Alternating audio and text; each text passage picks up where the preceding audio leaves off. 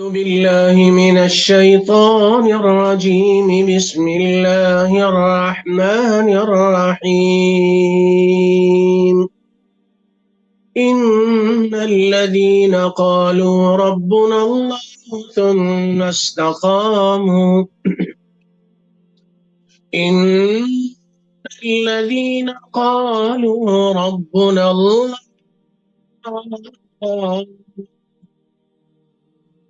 إن الذين قالوا ربنا الله ثم استقاموا فلا خوف عليهم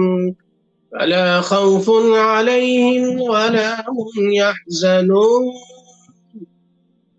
أولئك أصحاب الجنة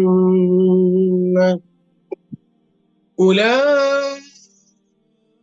أصحاب الجنة خالدين فيها جزاء بما كانوا يعملون. اللہ سبحانہ و تعالی کے فضل و کرم سے اور اللہ ہی کی توفیق سے ہم اپنے ان مبارک دروس میں استقامت سے متعلق جو اہم باتیں ہیں ان کو پڑھ رہے ہیں یاد دہانی کے لیے، جس کو تذکیر کہا جاتا ہے۔ دیکھیے قرآن میں مختلف مقامات پر یتذکرون ہے، فذکر ہے، تذکرتن ہے، یہ تمام کے تمام الفاظ اصل میں ذکرن سے ہے۔ اصل مادہ اس کا ہے ذال اور کاف اور را۔ کسی چیز کا بار بار نام لینا، جس کو ہم عربی میں بھی کہتے ہیں اردو میں بھی کہتے ہیں، اس کا ذکر کرنا، یہ فطری چیز ہے اور طبعی چیز ہے، اور یہ قدرتی بات ہے کہ آدمی کو جس آدمی سے یا جس شخصیت سے، جس بندے سے، جس چیز سے، جس علاقے سے، جس ملک سے، جن لوگوں سے زیادہ الفت اور محبت رہتی ہے وہ ان کا ذکر زیادہ کرتا ہے،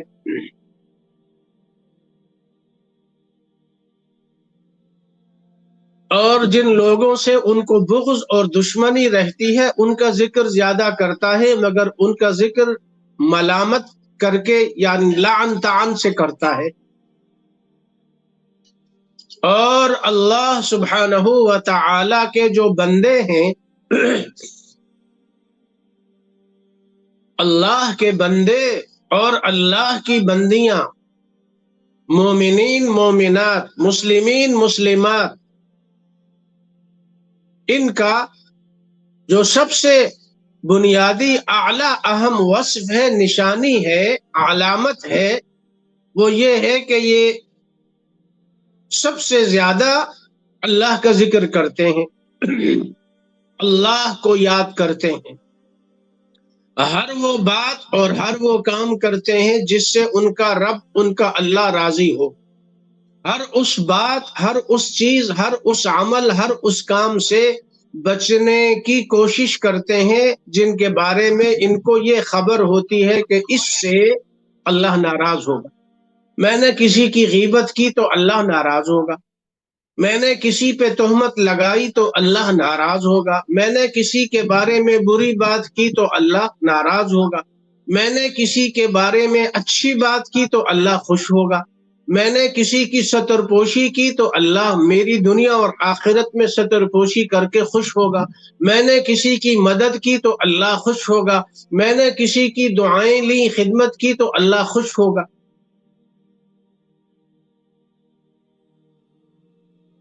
استقامت یہ ہے کہ مسلمان، اللہ کا بندہ اور اللہ کی بندی اپنی روز و شب دنیا کی 24 گھنٹے کی زندگی کو ان اعمال کی روشنی میں انجام دیں جن اعمال کے کرنے کا حکم اللہ نے دیا اور اللہ کے رسول صلی اللہ علیہ وسلم نے دیا۔ استقامت کا معنی ہے ہمیشہ کسی کام کو کرتے رہنا، نیکیوں میں آپ دیکھ لیجئے کوئی نیکی ایسی نہیں ہے جس کے بارے میں یہ کہا گیا ہو کہ اس کو زندگی میں ایک بار کرنا ہے، سوائے چند ان اہم عبادات کے جن عبادات میں ظاہری طور پر تھوڑی سی مشقت اور محنت تھی، تو ان کے بارے میں کہا گیا کہ زندگی میں ایک بار. جیسے حج ہے، اس میں پیسہ بھی بہت خرچ ہوتا ہے، بدن کی مشقت بھی بہت زیادہ ہوتی ہے، اس لیے فرمایا ایک بار. اب یہ خیال پیدا ہوا کہ یہ عمل بہت مبارک ہے، بہت محبوب ہے، بہت مرغوب ہے، بہت اچھا لگتا ہے. ہم کو مکہ مکرمہ جانا اچھا لگتا ہے، ہم کو صفا مروہ میں دوڑ لگانا اچھا لگتا ہے، ہم کو مینا عرفات جانا اچھا لگتا ہے. تو فرمایا کہ ایسا کرو کہ عمرہ کر لیا کرو، حج کی یاد تازہ ہو جائے گی. مینا عرفات تو نہیں ہوگا مگر طواف اور سعی تو ہوگی، تو حج کی یاد تازہ ہو جائے گی. تو حج والے عمل کی جو استقامت ہے، یعنی ہمیشہ کرنا، بار بار کرنا، تسلسل سے کرنا، مسلسل کرنا، وہ جاری رہے گا. استقامت، حج والی استقامت کے لیے عمرے کو واجب اور سنت قرار دیا اور نفل قرار دیا. بعض اوقات بعض لوگوں کے لیے واجب ہے، بعض اوقات بعض لوگوں کے لیے سنت ہے، اور عمومی طور پہ یہ نفل ہے. مال خرچ کرنا بہت مشقت ہے، دل اور نفس پہ بھاری گزرتا ہے کہ آدمی مال بہت محنت سے کماتا ہے. اب وہ محنت سے کمایا ہوا بے دریغ فوراً خرچ کر دو تو تھوڑا دل میں نفس امارہ اور نفس لوامہ روکتے ہیں. نفس مطمئنہ بیچارہ تو کہتا ہے خرچ کرو، خرچ کرو، کھلاؤ، ارے کھلاؤ اللہ تم کو کھلائے گا، خرچ کرو اللہ اور دے گا. جب اسماء رضی اللہ، ہماری بہنوں بیٹیوں ماؤں کے لیے سبق، جب اسماء، عائشہ کی بہن اسماء رضی اللہ عنہا، جب پوچھا یا رسول اللہ میں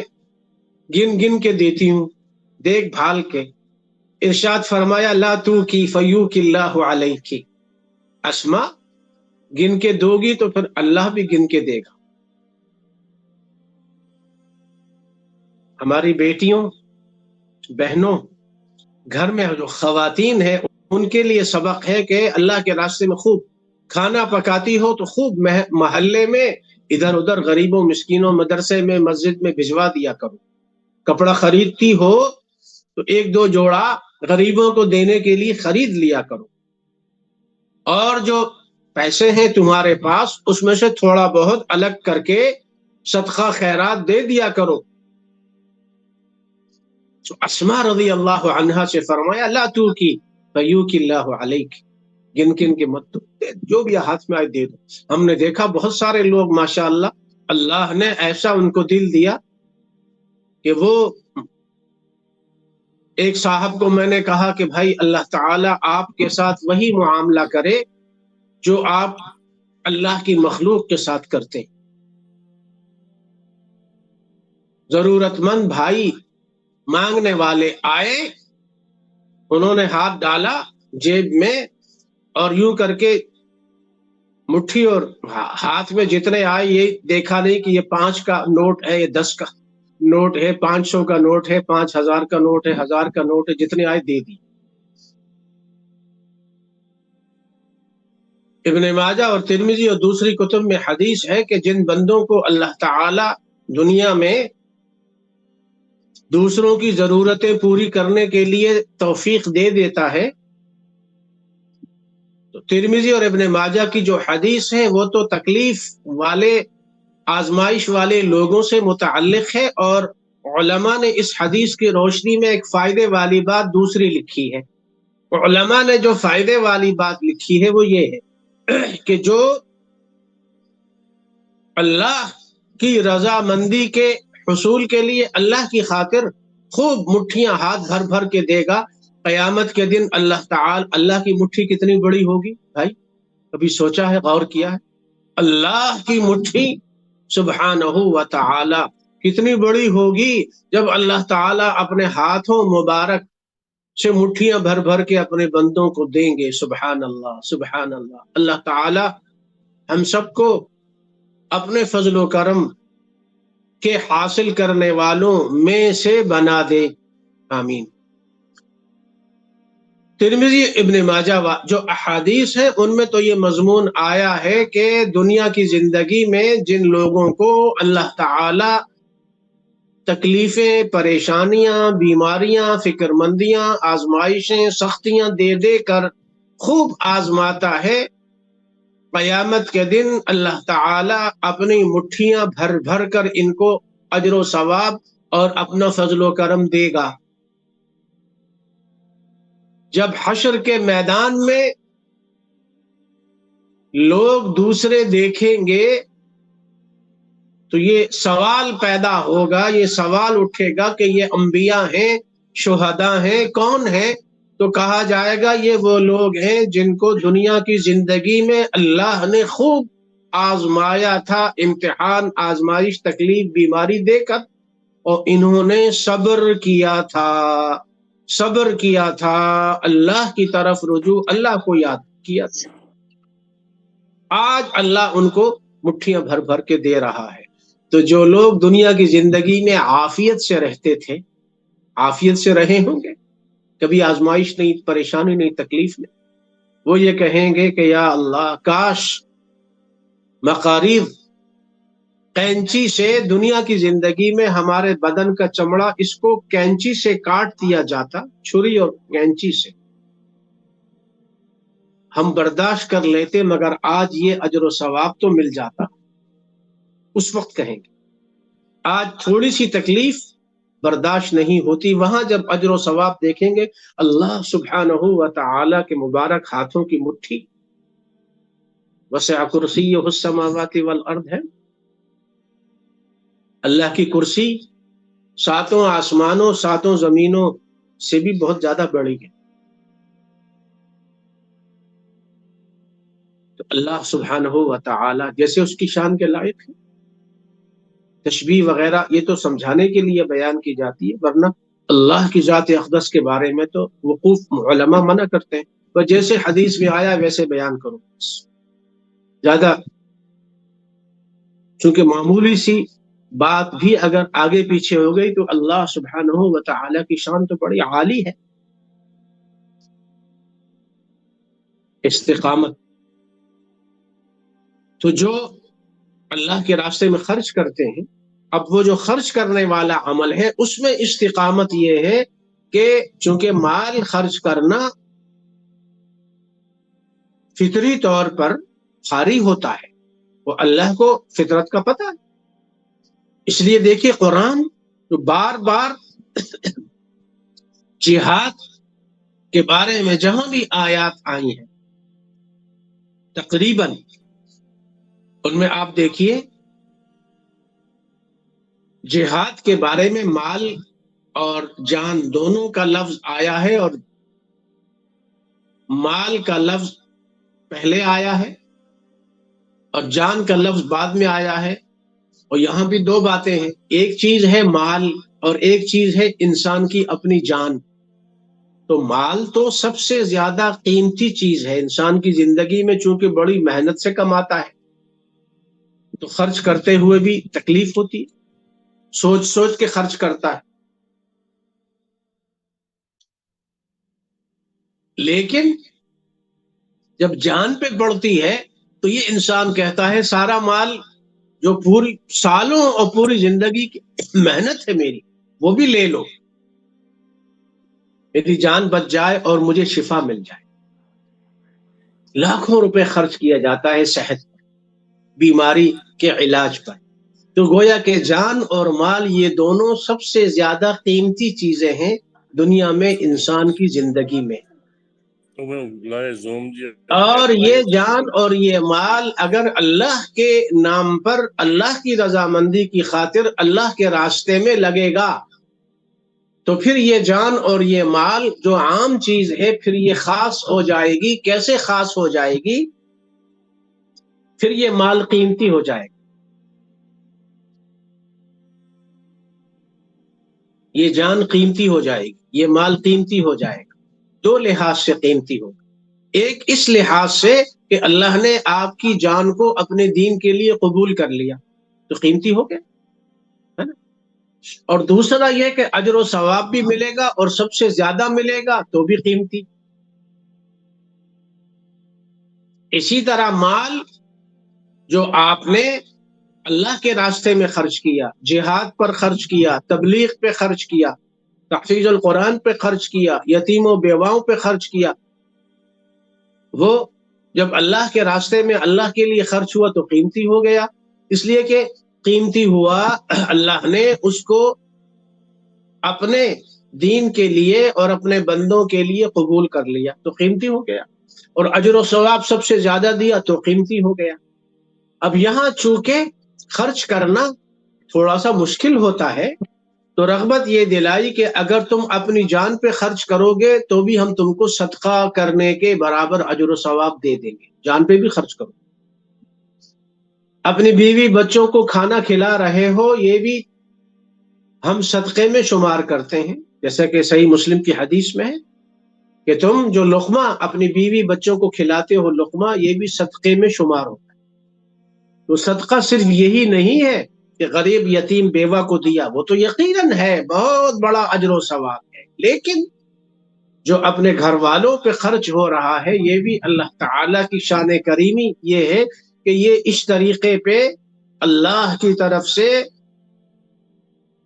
اپنے بندوں کی، اس کو ذہن میں رکھ لیجیے فائدے والی بات، کہ اللہ کی طرف سے اپنے بندوں کی تربیت ہو رہی ہے استقامت والے عمل پر. بھائی استقامت بہت مشکل ہے،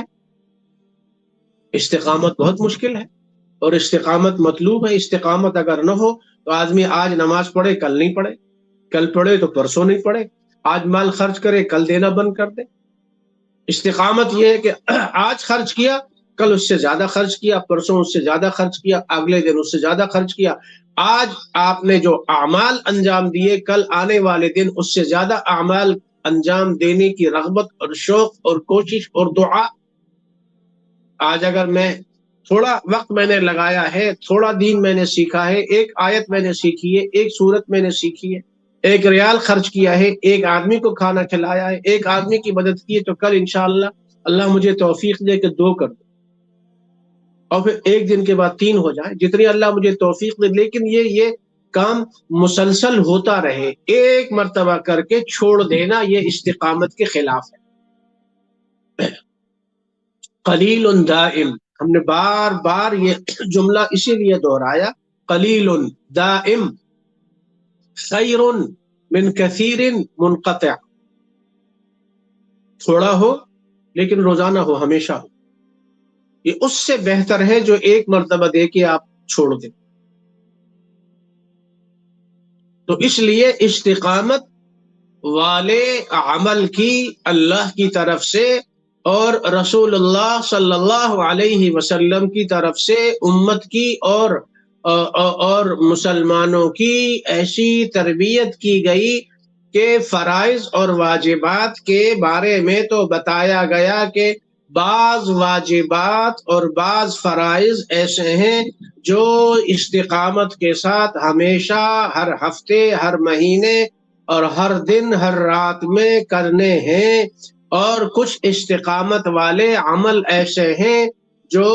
روزانہ نہیں کرنے بلکہ ہفتے میں 1 دن کرنا ہے، اور مہینے میں 1-2 بار کر لو اور سال میں 1 بار کر لو، لیکن وہ استقامت والا عمل جاری رہے. اب نماز والا عمل ایسا ہے، اس میں ایسی استقامت ہے کہ فجر میں بھی نماز اور ظہر میں بھی نماز اور عصر میں بھی نماز اور مغرب میں بھی نماز اور عشاء میں بھی نماز، اپنی اولاد، اپنے گھر والوں، اپنے بچوں، دوست احباب کی تربیت، رغبت دلانے کی، دعوت دینے کا یہ طریقہ. دیکھیے نماز 5 مرتبہ دن رات میں، کچھ نمازیں دن کا حصہ، کچھ نمازیں رات کا حصہ. نمازوں کی پھر تقسیم ہوئی، کچھ فرض رکعتیں، کچھ واجب رکعتیں، کچھ سنت رکعتیں، اور ان کے اندر مزید زیادہ میٹھا کرنے کے لیے، زیادہ چینی ڈالنے کے لیے، زیادہ گڑ ڈالنے کے لیے، اصلی گھی ڈالنے کے لیے، اس کا ذائقہ بڑھانے کے لیے، اس کو زیادہ مزیدار کرنے کے لیے، اس کی مقدار میں اضافہ کرنے کے لیے کہ تھوڑا ہے زیادہ ہو جائے، اس کا حجم بڑھانے کے لیے اس کے اندر کھانے پینے میں چیزیں اور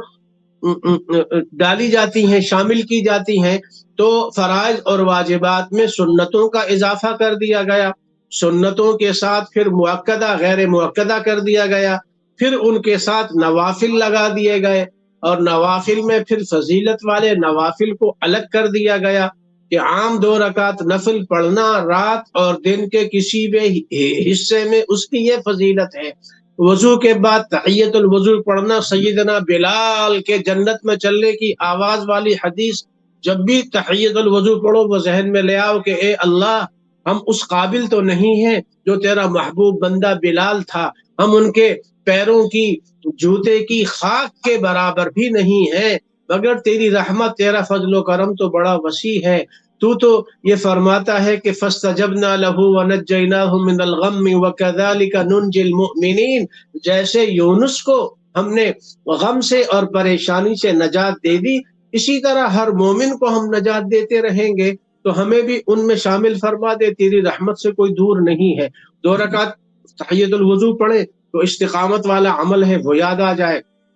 2 رکعت تحیت المسجد پڑھیں تو رسول اللہ صلی اللہ علیہ وسلم کا حکم اور آپ کا امر اور آپ کا قول مبارک یہ ذہن میں آ جائے کہ آقا کتنے خوش ہوں گے جب ان کو بتایا جائے گا کہ آپ کا فلاں امتی آپ کی اس بات پر بڑی محبت اور رغبت سے عمل کرتا ہے، جب بھی مسجد جاتا ہے تحیت المسجد ضرور پڑھتا ہے، آپ کی محبت کی وجہ سے۔ بندہ خود درود شریف پڑھتا ہے، رات دن درود شریف پڑھتا ہے، رات دن درود شریف، اور فرشتے اس درود کو اس کا اور اس کے والد کا نام لے کے پیش کرتے ہیں کہ آپ علیہ الصلاۃ والسلام کی خدمت میں عرض کیا جاتا ہے کہ آپ کا امتی فلاں جو کہ فلاں کا بیٹا ہے، وہ ہم نے جمعے کے درس میں نشر کیا تھا۔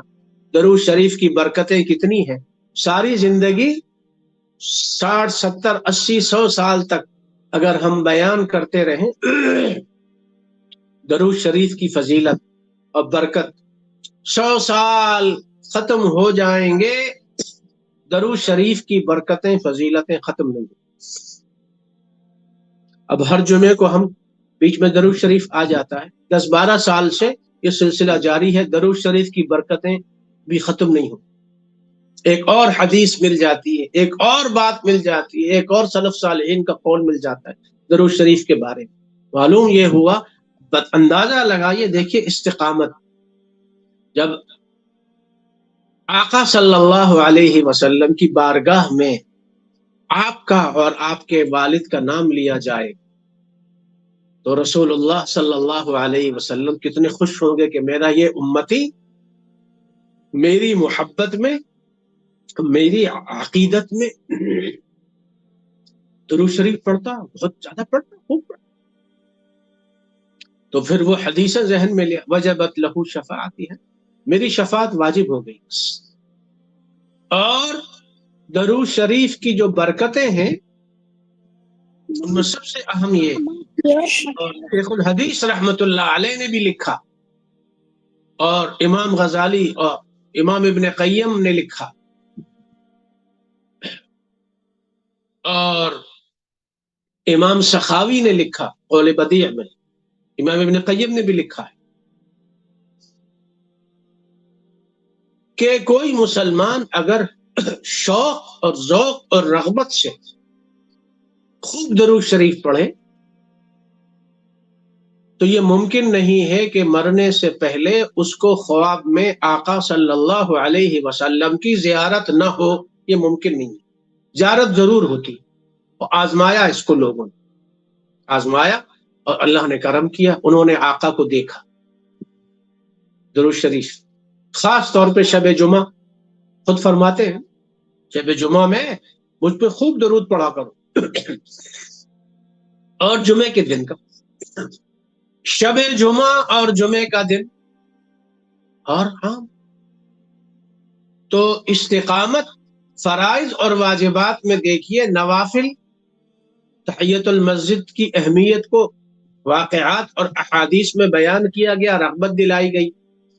تحیت المسجد، تحیت الوضو، تہجد کی نماز، فرمایا کہ بدن کی تمام بیماریوں کا علاج ہے، چہرے کا نور ہے، روزی کی برکت ہے، اور تم سے پہلی امتوں میں جتنے صالحین گزرے ہیں سبھی نے یہ تہجد والی نماز پڑھی ہے، اور یہ مطردہ، یہ جسم سے بیماریوں کو بھگانے والی نیکی ہے۔ اور فرض نمازوں کا حکم آنے سے پہلے تہجد کی نماز تو فرض تھی۔ سورہ مزمل میں ان ربک یعلم انک تقوم ادنی من ثلثی اللیل ونصفہ وثلثہ وطائفۃ من الذین معک، آپ کے ساتھ صحابہ بھی کھڑے ہوتے ہیں اور پوری رات کھڑے ہو، کبھی ایک تہائی، کبھی دو تہائی، کبھی تین تہائی، کبھی آدھی رات، کبھی پہلا حصہ، کبھی آخری حصہ کھڑے ہو کے، اور رسول اللہ صلی اللہ علیہ وسلم تہجد ایسے پڑھتے تھے۔ آپ سب نے وہ احادیث تمام علماء سے بار بار سنی ہے۔ رات کو طویل لمبا قیام فرماتے تھے، 4 پارہ، 6 پارہ، 8 پارہ اتنا پڑھتے تھے، اور اس قدر تھک جاتے تھے کہ وتر پڑھنے کے بعد تہجد پڑھتے تھے، پھر وتر پڑھتے تھے، تہجد اور وتر کے بعد تھک جاتے تھے تو وتر کے بعد والے 2 نفل بیٹھ کے پڑھتے تھے۔ یہ ہمارے ملکوں میں ایک رواج بن گیا ہے، انڈیا پاکستان میں ظہر میں اور جناب مغرب میں اور عشاء میں سنتیں پڑھتے ہیں، سنتوں کے بعد 2 رکعت نفل پڑھتے ہیں، بیٹھ کے پڑھتے ہیں۔ مغرب میں 2 سنتیں پڑھیں گے کھڑے ہو کے، پھر 2 نفل پڑھیں گے بیٹھ کے۔ جمعے کے دن 4 سنتیں پڑھیں گے جمعے کے بعد، پھر 2 سنتیں پڑھیں گے، پھر 2 نفل پڑھیں گے بیٹھ کے۔ عشاء کے بعد فرض پڑھیں گے، پھر 2 سنت پڑھیں گے، پھر 2 نفل پڑھیں گے بیٹھ کے، پھر 3 وتر پڑھیں گے، پھر 2 نفل پڑھیں گے بیٹھ کے۔ یہ رواج پتہ نہیں کہاں سے لے لیا۔ آدھا ثواب ملتا ہے اس رواج کو جو ہمارے امام اور خطیب حضرات ہیں، ان کو چاہیے کہ جمعے کے خطبوں میں عوام کو اس سے منع کریں کہ بھائی کھڑے ہو کے نفل پڑھو، پورا ثواب، یہ آدھا ثواب ملتا ہے آپ کو۔ یہاں کے کئی عرب لوگ جب جماعت میں گئے، ویسے گئے، وہاں دیکھا تو ایک دو کو پکڑا، بھائی ابھی تو آپ نے نماز کھڑے ہو کے پڑھی تھی، آپ بیٹھ کے پڑھ رہے ہیں، کمر میں کوئی درد شروع ہو گیا کیا؟ اچانک کیا آپ کو کیا ہو گیا؟ کمر ٹھیک ہے؟ انہوں نے کہا ٹھیک ہے، بیٹھ کے کیوں پڑھ رہے ہیں؟ رسول اللہ صلی اللہ علیہ وسلم بیٹھ کے صرف 2 رکعت وتر کے بعد والے بیٹھ کے پڑھتے تھے، بس، اور نہیں۔ اور وہ اس لیے پڑھتے تھے کہ آدھی رات کھڑے ہو کے آدمی تھک جاتا ہے۔ شیخ الہند ہمارے اکابر بھی عجیب تھے، یہ جو چھچوری حرکتیں کرنے والے ہیں کم بخت، ان کو کیا پتا کہ اکابر دیوبند اور اکابر احناف کے دلوں میں سنت اور حدیث اور آقا صلی اللہ علیہ وسلم کی جو عظمت تھی وہ حقیقی تھی، تمہارے ہاں تو بناوٹی اور کاغذی ہے۔ وہ سنت اور حدیث ساری زندگی پڑھا کے ان کا اوڑھنا بچھونا کتاب و سنت بن گیا۔ تم کو کیا پتا قرآن کیا حدیث کیا؟ 2 حدیثیں دیکھ لی، اب آپ کو پڑھنا شروع کر دیا، تم کو کیا پتا حدیث کیا ہے؟ شیخ الہند رحمت اللہ علیہ، شیخ الہند نام ہے تو شیخ الہند کیوں کہا جاتا ہے؟ تمہارے بدن میں تو سوئی بھی نہیں چبھوئی، اور ہمارے اکابر وہ ہیں کہ جنہوں نے 20 40 سال جیل اور کالے پانی میں گزارے، جہاں 20 سال تک، 40 سال تک سورج اور روشنی نہیں دیکھی ہوئی، آنکھوں کی بینائی چلی گئی، بدن کے اندر سے خون ختم ہو گیا، ہڈیاں کھوکھلی ہو گئیں، اللہ کے دین کی خاطر۔ شیخ الہند رحمت اللہ علیہ سے کسی نے عرض کیا کہ حضرت 2 رکعت نفل جو آپ پڑھتے ہیں وتر کے بعد، تو بیٹھ کے پڑھتے ہیں تو تو سنا آپ تو محدث ہیں، بیٹھ کے پڑھنے میں آدھا ثواب ملتا. تو شیخ الہند رحمۃ اللہ علیہ نے جواب دیا یہ ذوق کی بات ہے، سمجھنے کی بات. حضرت رحمۃ اللہ علیہ نے فرمایا ارے بھائی 3 وتر کے بعد جو 2 نفل ہیں یہ آقا صلی اللہ علیہ وسلم نے بیٹھ کے پڑھے ہیں. ہم تو بیٹھ کے پڑھیں گے، ثواب آدھا ملے، پورا ملے، نہ ملے، ملے وہ اللہ کی مرضی ہے. ہمارے آقا نے بیٹھ کے پڑھا، ہم بھی بیٹھ کے پڑھیں. یہ ہے سنت کا اتباع، یہ ہے ذوق. 2 رکعت نفل. اب نوافل کی اپنی اہمیت ہے. صلاۃ ضحیٰ جس کو ہم چاشت کہتے ہیں، تقریباً 9 بجے صبح اس کا وقت شروع ہوتا ہے، یعنی اشراق کے بعد سے شروع ہو جاتا ہے. 8 بجے کے بعد سے شروع ہوتا ہے، اور 9 بجے اس لیے کہا کہ 9 بجے سورج کی تپش تیز ہو جاتی ہے، تو یہ اس کا اصل وقت ہے. 9 اور 10 کے درمیان تقریباً یہ اصل وقت ہے، افضل وقت ہے. اور پڑھنا اس کو اشراق کا ٹائم جب ختم ہو جائے اور سورج اوپر ذرا آ جائے، اس کے بعد سے لے کے زوال کے ٹائم سے پہلے تک جس وقت چاہیں پڑھ لیں. 10 بجے پڑھ لیں، 11 بجے، یعنی تقریباً 11:20 11:30 تک پڑھ سکتے ہیں. چونکہ 12 بجے کے بعد زوال شروع ہوتا ہے، تو 11:30 بجے تک تقریباً 5-10 منٹ کم 5-10 منٹ زیادہ یہ چاش جس کو صلاۃ ضحیٰ کہتے ہیں، 2 رکعت یا 4 رکعت. اس کی اپنی فضیلت ہے، نوافل میں ہے لیکن فضیلت اس کی عجیب ہے. اسی طرح مغرب کی نماز کے بعد امام ترمذی نے لکھا ہے سنن ترمذی میں، یہ چھچورے اس کا بھی انکار کرتے ہیں کہ اوابین تو چاش سے مغرب کے بعد اوابین نہیں ہے. حالانکہ امام شوکانی جو کہ سلفی امام گزرے ہیں، ان کی کتاب ہے نیل الاوطار، اس میں انہوں نے لکھا ہے کہ صحابہ اور تابعین کا معمول تھا کہ مغرب کی 2 سنتوں کے بعد وہ نوافل پڑھتے تھے. صحابہ کا بھی معمول تھا اور تابعین کا بھی. ہمارے اکابر مشائخ کا معمول ہے کہ مغرب کی 2 سنتوں کے بعد نوافل پڑھتے ہیں، جتنی اللہ توفیق دے. امام ترمذی نے سنن میں اس کو نقل کیا ہے. ہم نے نماز والی کتاب میں اس کا حوالہ دیا. ہاں، نماز والی کتاب جو ہماری ہے اس میں جو نئے اضافے ہوں گے انشاءاللہ، اس میں ہم نے یہ تمام چیزیں، چاش کی نماز اور یہ مغرب کے بعد کی اوابین، ان تمام مسائل کو حوالوں کے ساتھ لکھا ہے. استقامت سے متعلق ہم ان باتوں کو پڑھ رہے ہیں کہ نیکیاں مسلسل ہمیشہ انجام دینے کی اللہ سے توفیق مانگتے رہنا چاہیے. یہی استقامت ہے. اللہ تعالی ہم سب کو استقامت کی توفیق نصیب فرمائے. وصلی اللہ وسلم وبارک علی سیدنا محمد وعلی آلہ وصحبہ اجمعین.